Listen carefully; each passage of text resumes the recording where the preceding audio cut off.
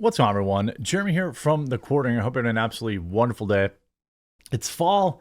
Fall is in the air, and some of the most popular programs are returning to television. One of the ones I was most curious about was the return of Rick and Morty, given that they fired the creator of the show and the guy that voiced all the main characters that people cared about for a claim that was ultimately disproven. I thought for certain that they would have brought him back. They should have never fired him based on just anonymous claims in the first place.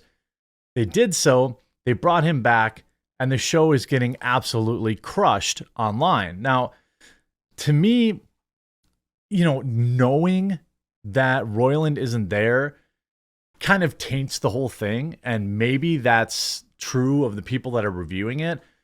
But that said, most of these like woke journalists and stuff are actually going out of their way to talk about how it's not bad. It's okay. It's okay.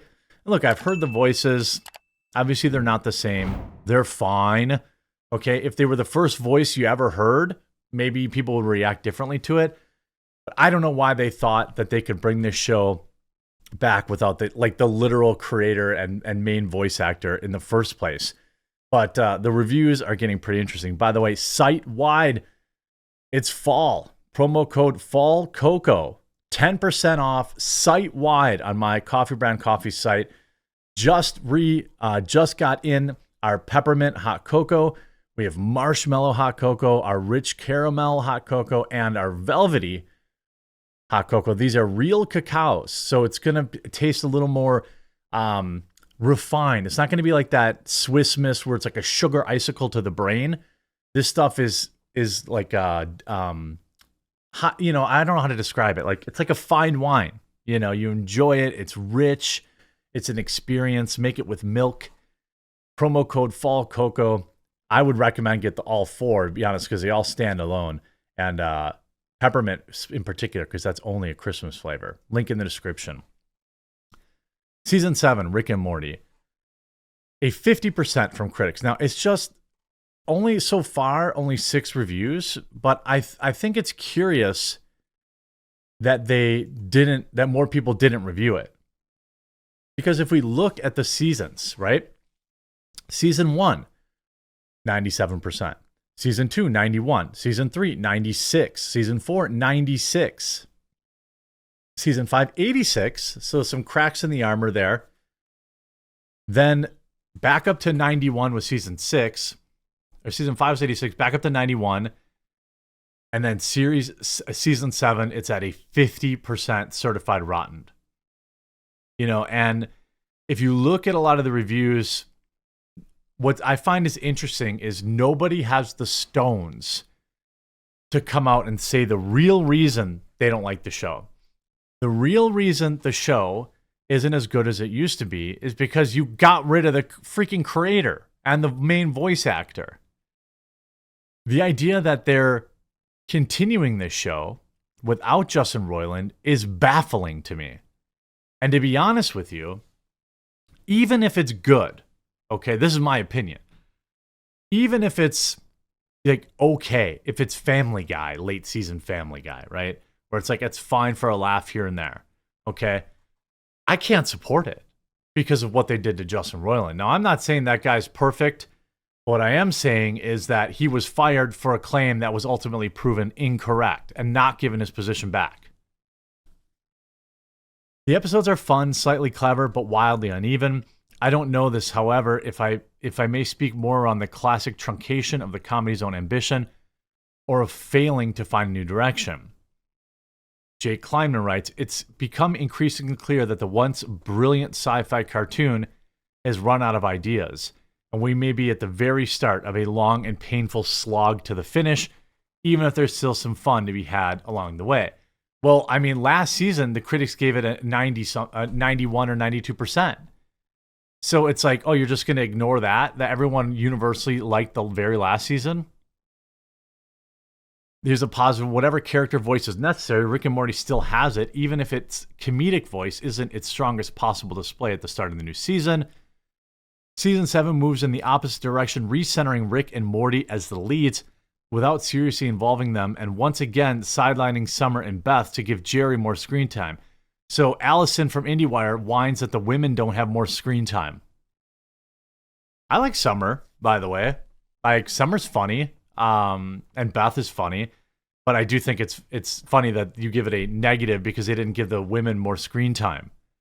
I think you see inverse Rick and Morty season 7, the final nail in the coffin of this once brilliant cartoon. Writing this review of Rick and Morty season 7 is going to be very difficult. It's become so popular that at this point you're either a diehard fan or refuse to watch it on principle.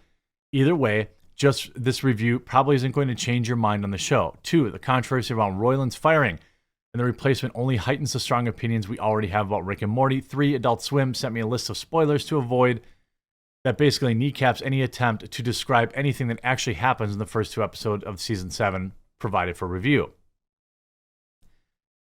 You see, the Rick and Morty formula should be simple. Parody a genre or trope, introduce a clever twist, and occasionally say something about canon.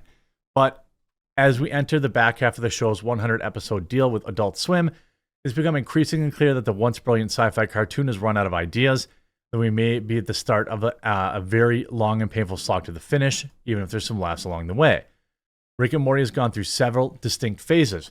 There was the original run, which established the show as an instant classic thanks to its sci-fi parodies, heartfelt monologues, many of which seem plucked straight from the brain of show co-runner Dan Harmon. Then at the end of season 2, it took a wild turn, establishing oodles of lore around Rick and his historic history as an intergalactic freedom fighter. Since then, Rick and Morty has oscillated between trying to return that originally parody of the week format and big juicy lore dumps. But it's 60 episodes in, we're running out of things to parody, and the show's canon has become so complicated that even the nerdiest fans have trouble keeping track of the plot.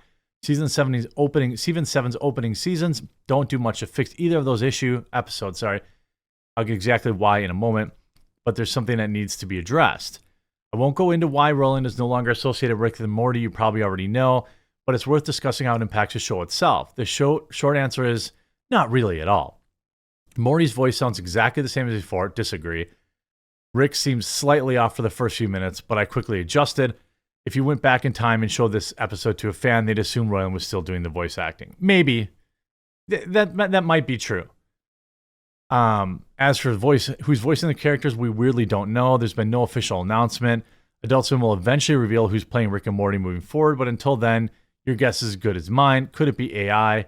Almost definitely not, but it's a fun theory. I think ultimately both episodes are harmless fun. I enjoyed watching them, but afterwards I felt a pain of disappointment. After yet another long wait, Rick and Morty is back. It's not the show I became obsessed with after season 2 finale or the fall of 2015, 9 years back when Rick and Morty debuted. It's still chugging along. Maybe the rest of season 7 will change my mind, but for now I'm not convinced Rick and Morty is even worth keeping around much longer, let alone 100 episodes. Well, I think you probably could if you were you had Justin Roiland. I think it's interesting to me that nobody is addressing the fact that he was exonerated. Nobody's addressing the fact that that he was not guilty of what this woman claimed, or at least that's what the court said. Rick and Morty season 7 is a rough Rotten Tomatoes debut.